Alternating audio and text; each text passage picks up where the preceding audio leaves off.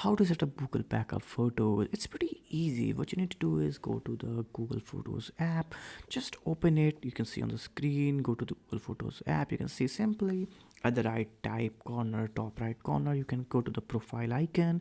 Here in the profile icon, you can go to the photo setting. In the setting, you can click on backup and sync.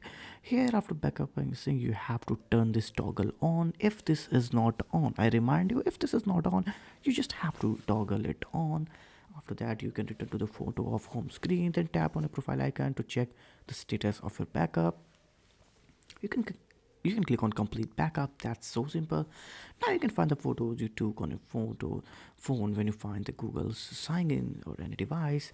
That's how the backup works. So this was how you can go to Google Photos and back up your images and all the precious videos and data that you want to not get deleted.